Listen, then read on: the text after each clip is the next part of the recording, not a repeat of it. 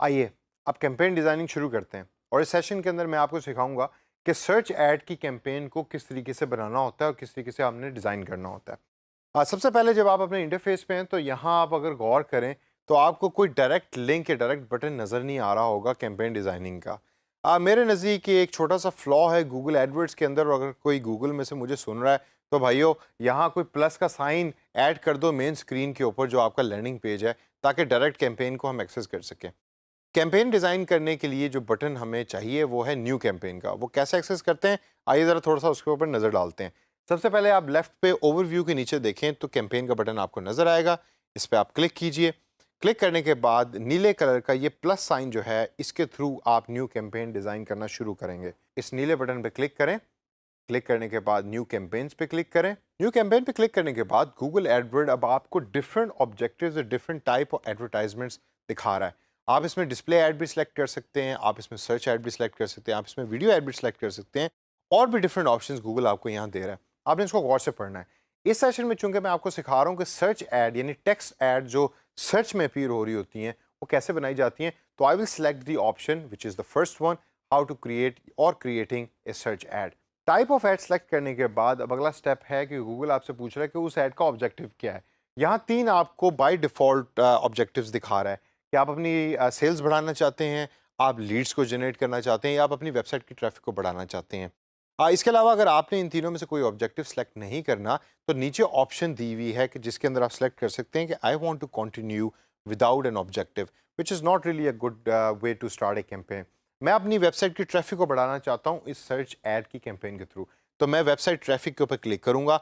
Objective select करने के बाद अपना वेबसाइट का एड्रेस लिखें और उसके बाद कंटिन्यू के बटन पर क्लिक करें।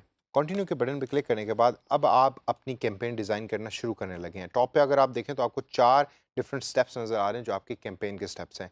पहला स्टेप है सिलेक्ट कैंपेन सेटिंग्स का। उसमें हम देखते हैं कि हमारे पास क्या क्या ऑप्शंस हैं। यहाँ टाइप है सर्च नेटवर्क कैंपेन जो हमने स्टार्ट में सेलेक्ट की थी। गोल है वेबसाइट ट्रैफिक, इसको हम चेंज भी कर सकते हैं अगर हम इसको चेंज करना चाहें, लेकिन मैं इसको एज इट इज़ ही रहने दूंगा। कैंपेन नाम मैं यहाँ टाइप करूँगा टेस्ट कैंपेन। आप नेटवर्क्स को यहाँ से सिलेक्ट कर सकते हैं कि आपने खाली उसको सर्च नेटवर्क में रखना है या आप दूसरी वेबसाइट्स के ऊपर भी अपनी इन टेक्स्ट एड्स को दिखाना चाहते हैं। तो I will leave both these option selected, क्योंकि मैं डिस्प्ले और सर्च नेटवर्क दोनों में अपनी एड्स को दिखाना चाहता हूँ। अगली ऑप्शन है लोकेशन की, जैसे आप अपनी लोकेशन को सिलेक्ट कर सकते हैं। इसको हम डिटेल में आगे चल के एक सेशन के अंदर पढ़ेंगे।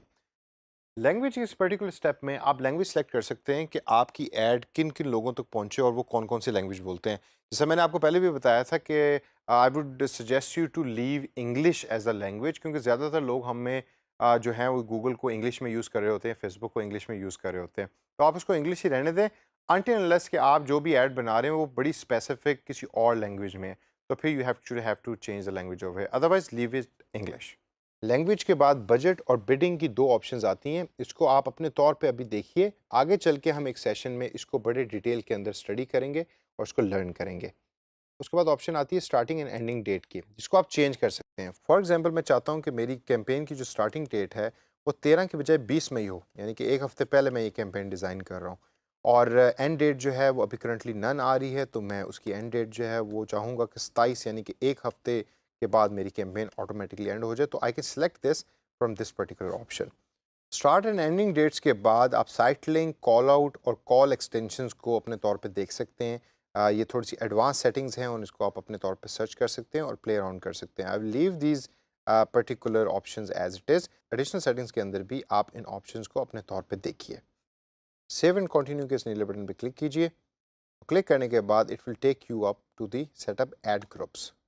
दोस्तों जब आप इस स्टेप पे पहुंचे तो you have actually given the basic information about ये campaign to Google at the moment. अब इस स्टेप के ऊपर हमने कीवर्ड्स को और कीवर्ड्स के ग्रुप को डिसाइड करना है। याद है मैंने आपको कीवर्ड प्लानर एक पिछले सेशन में सिखाया था कि जिसके अंदर गूगल आपको ऑप्शन देता है कि आप कीवर्ड प्लानर के थ्रू सर्च कर सकते हैं कि कौन सा कीवर्ड मंथली तौर पे कितना सर्च हो रहा है और उसकी पावर क्या है। उसको जहन में रखिए और उसको दोबारा प्रैक्टिस कीजिए, और अगले सेशन के अंदर मैं आपको सिखाऊंगा कि इस पर्टिकुलर स्टेप पे कीवर्ड्स किस तरीके से आपने डालने हैं और कैसे कीवर्ड्स आपने सेलेक्ट करने हैं।